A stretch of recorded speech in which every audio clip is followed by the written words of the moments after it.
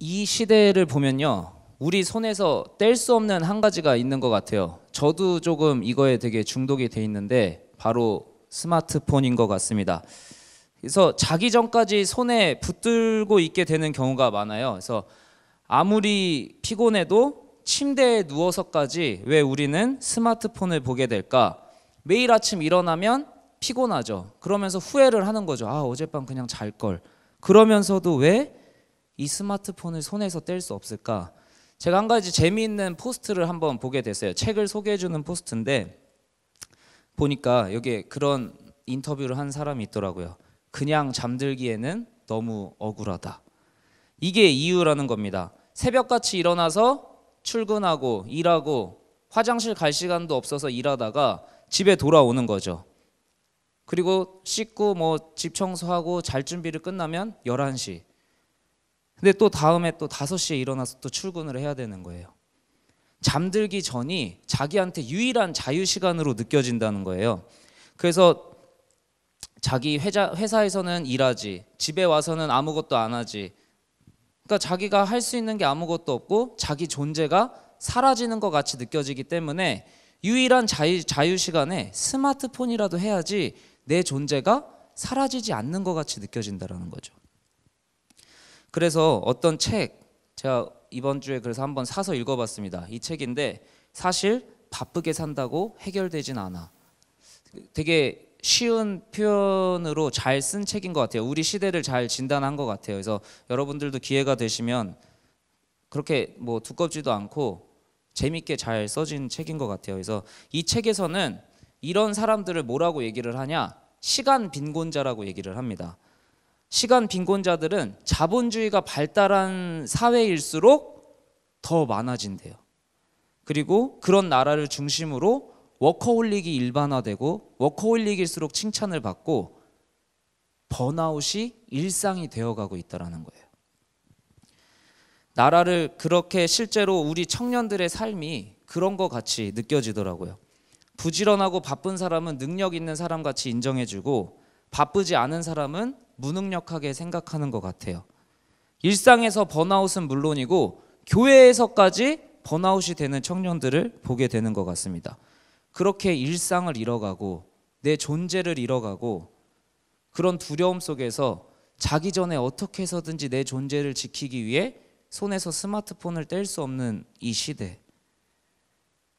스마트폰으로 너무나 많은 것을 할 수 있지만 그리고 나에게 유일하게 허락된 자유시간이어서 내 손에서 스마트폰을 뗄 수 없다. 청년의 때에 돈이 부족한 건 알아요. 통장 잔고를 보면 나한테 돈이 없다라는 걸 너무 직관적으로 해석할 수 있게 해줘요. 근데 내가 시간까지 없는 시간 빈곤자였던가? 그렇게 난 진짜 내 인생을 잃어버리고 존재를 잃어버리고 있는 것일까? 바쁨과 시간 빈곤이 지배하는 이 시대에 우리는 정말로 스마트폰을 자기 전까지 붙들고 살아야지만 내 존재를 잃어버리지 않고 내 일상을 잃어버리지 않는 삶을 살게 될 것인가? 오늘 이것을 하나님의 말씀으로 지혜를 얻기를 축복합니다. 시간 빈곤자의 삶을 살아가는 우리에게 하나님이 주시는 첫 번째 지혜는 바로 세상의 눈을 감아라 라는 겁니다. 한번 우리 다짐하면서 얘기해 봅시다. 세상의 눈을 감는다. 네, 오늘 읽은 얘기는 아주 유명한 이야기 뒤에 나와요. 야곱과 에서의 파축 사건인데요. 그 이후에 야곱은 급히 자기 목숨을 지키기 위해서 집을 떠나요. 그래서 브엘세바에서 떠나서 하란으로 가고 있는데 그 사이의 광야 어딘가에 오늘 이야기가 펼쳐지는 겁니다. 어디인지 정확히 지명도 안 나와요. 지명도 안 나오고 그냥 광야 어느 곳에서 캄캄한 밤이 되니까 이제는 그냥 더 이상 갈 수 없으니까 멈춰요. 그리고 자기가 그냥 벨 수 있는 돌을 베개 삼아서 누워서 잠을 청합니다. 근데 이제 고대 문화를 연구한 논문에는 이게 그냥 진짜 저는 어렸을 때 왜 돌을 베고 자면 너무 힘들지 않을까라는 생각을 했거든요. 근데 그게 진짜 베개가 아니라 꼭 베개의 용도가 아니라 호신용 돌이라는 거죠. 이제 도적이나 짐승이 왔을 때 자기 몸을 지킬 수 있는 최소한의 방어 도구를 베개 삼아서 잤다고 해요. 그러니까 머리맡에다가 둔 거죠. 그 돌을 언제든 자기를 방어할 수 있게. 그래서 야곱은 웅크린 채 그 돌을 베개 삼아서 잠을 자고 있습니다. 가족을 떠난 외로움과 더불어서 언제 자기를 덮칠지 모르는 위험 가운데 잠을 청하고 있는 겁니다. 근데 그렇게 누워서 자고 있던 야곱에게 한 가지 꿈이 찾아옵니다. 그 꿈을 꾸는데 그 꿈은 평생 잊을 수 없는 꿈이 돼요. 그냥 잊을 수 없는 꿈 수준이 아니라 야곱의 삶 전체를 다 바꿔버리는 꿈이 생깁니다. 재미있는 거는 아브라함과 이삭과는 다르게 하나님은 야곱이 잠잘 때 찾아오세요. 왜 야곱이 잠잘 때 만나 주실까? 깨어서 정신이 말짱할 때 하나님 나 좀 더 얘기해 주세요. 하나님 나한테 더 말해 주세요 라고 얘기할 수 있는데 왜 아무것도 할 수 없는 정말로 수동적인 자세밖에 할 수 없는 잠잘 때 하나님이 찾아오셨을까? 근데 이 만남이 참 저한테는 의미 있게 다가오더라고요. 잠들어 있을 때 찾아오신다는 것, 내가 아무것도 할 수 없을 때 찾아오신다는 것, 내가 더 부르고 싶어도 부를 수 없고 더 있어달라고 요청해도 잊지 못하실 것 같은 그 시간에 하나님이 찾아오시는 겁니다. 그런데 그가 하나님을 만날 수 있었던 이유, 하나님의 꿈을 꿀 수 있었던 이유는 단 한 가지였습니다. 바로 눈을 감았다라는 겁니다. 눈을 감고 하나님의 꿈을 꾸게 된 겁니다. 그의 눈을 뜬 시간, 그가 깨어있는 시간은 상당히 불안했어요. 그리고 지독하게 외로웠어요. 오히려 그가 눈을 감았을 때 든든하고 나에게 힘이 되어주시는 하나님을 만나게 된 겁니다. 그리고 놀라운 일이 생기는데요. 막막한 현실에서 눈을 감고 아무것도 할 수 없는 그 상황에 야곱은 하나님의 말씀을 듣게 됩니다. 그리고 그 말씀이 야곱이 눈뜬 상황을, 눈뜬 현실을 지배하기 시작하는 겁니다. 이 꿈을 꾸기 전과 꾸고 난 후에 야곱의 삶의 태도가 완전히 변해요. 왜냐하면 귀로만 듣고 있었거든요. 할아버지 아브라함은 하나님을 이렇게 만났다.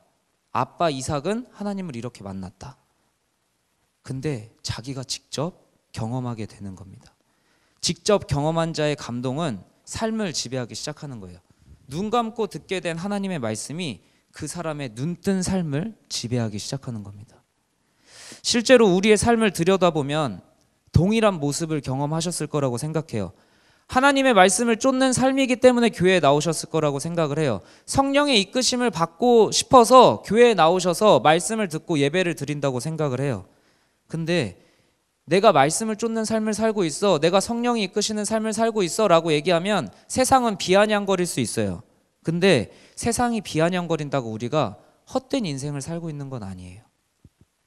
말씀을 쫓는 삶, 성령의 이끄심을 따르는 삶은 새로운 기준으로 산다는 건데, 언젠가 여러분이 눈 감고 기도할 때 들은 그 하나님의 말씀이, 그 말씀 한 구절이 여러분의 절대적인 기준이 된 것입니다.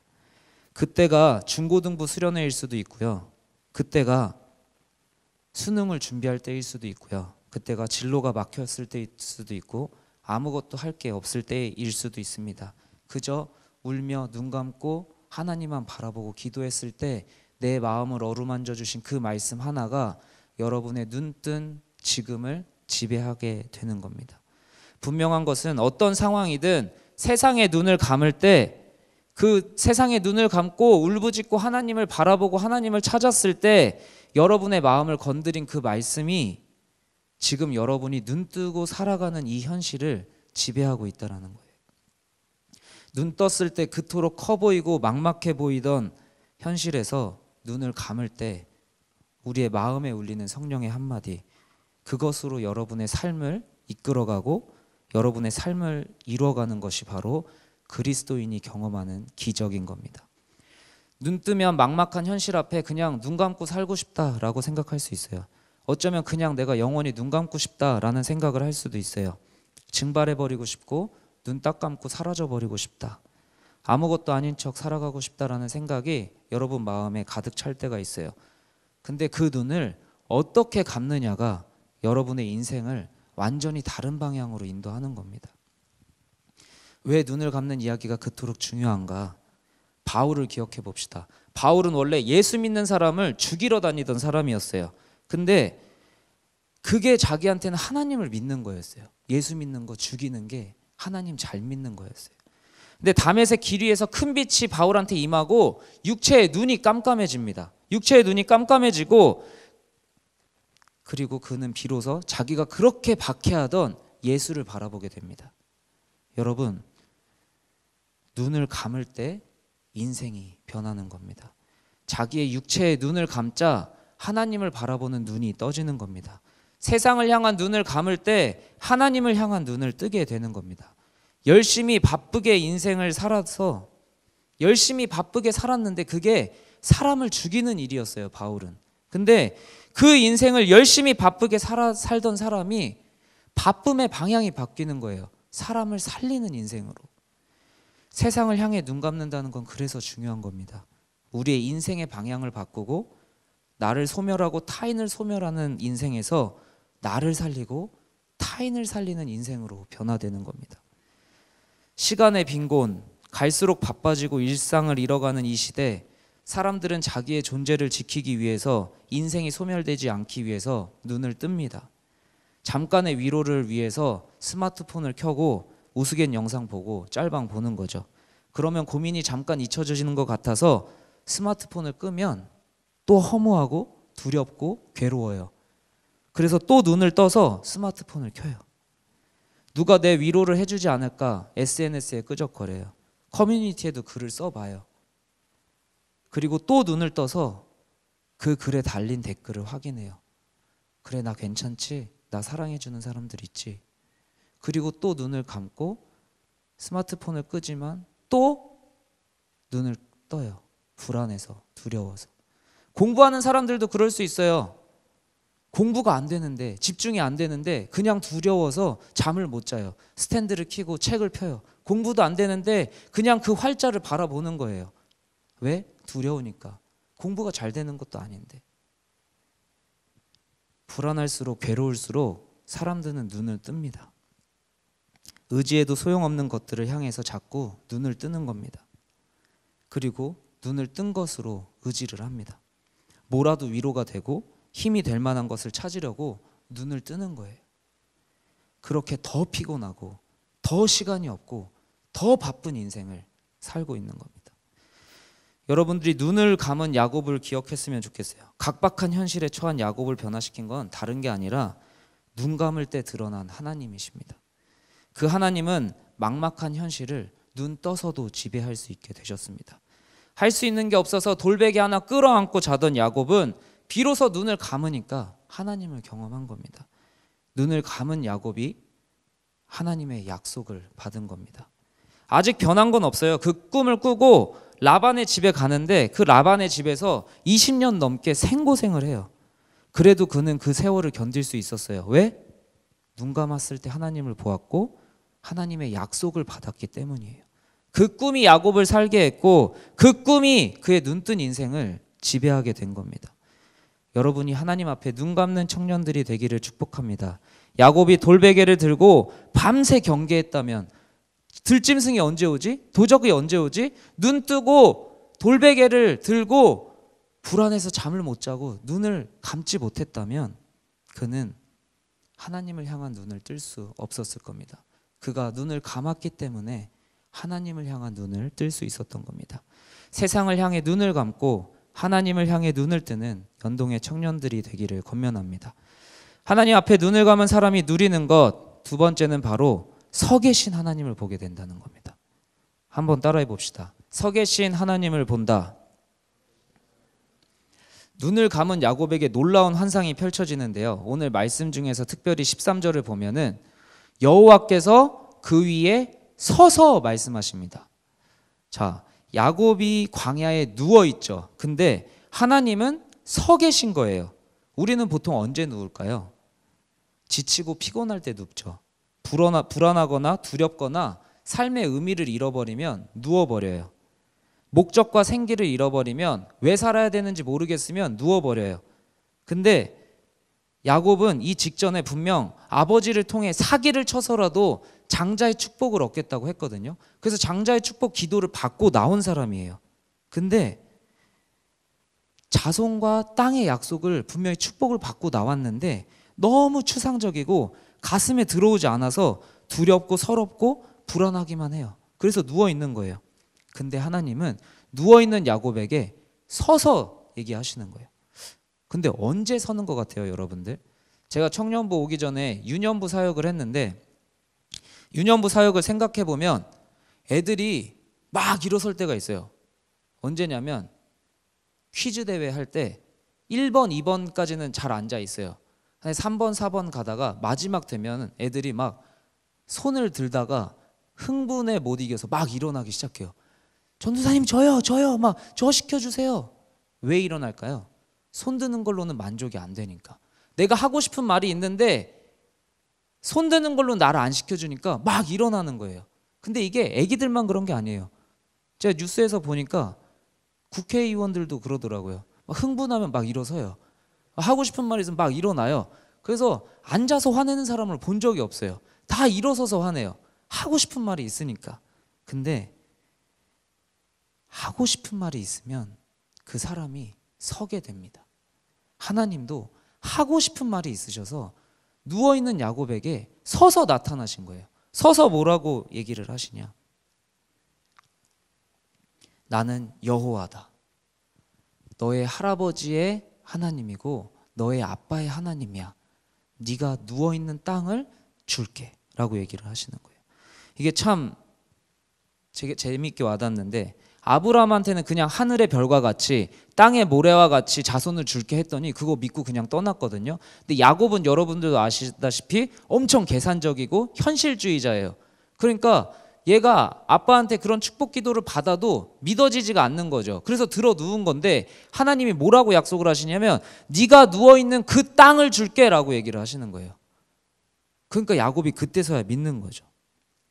계산적이고 이성적이니까 하나님은 그 야곱의 눈높이에 맞춰서 알았어. 네가 누워있는 그 땅 줄게. 그리고 그 땅에 모래같이 자손을 줄게 라고 얘기를 하시는 거예요. 보좌에 앉으셨던 하나님이 일어서서 야곱한테 말하신 건 다른 게 아니에요. 내가 너의 하나님이야. 내가 너에게 주는 그 약속 지킬 거야 라고 말하시는 겁니다. 세상을 향해 눈 감을 때 우리는 비로소 경험하는 거예요. 일어서서 하나님이 내가 여기에 있다. 너는 내 자녀다. 나는 너의 하나님이다. 라고 말씀하시는 그 뜨거운 외침을 경험하는 건 바로 우리가 세상을 향해 눈 감을 때 경험할 수 있는 거예요. 사도행전 7장 55절에 보면 스데반도 돌 맞아 죽을 때 자기 육체의 눈이 감길 때 바라본 것은 뭐냐면 예수께서 하나님 우편에 서신 것을 본 거예요. 보좌에 앉으셨던 예수님이 서서 말씀하시는 거예요. 너의 죽음 헛된 죽음이 아니다. 너의 죽음 외로운 죽음이 아니다. 예수님이 서서 바라보고 확증해 주시는 거예요. 세상을 향해 눈 감은 사람들은 나를 향해 서서 외치는 하나님의 마음을 경험하는 겁니다. 그랬더니 야곱이 잠이 깨서 말하는 거예요. 여호와께서 과연 여기 계시거늘 내가 알지 못했구나.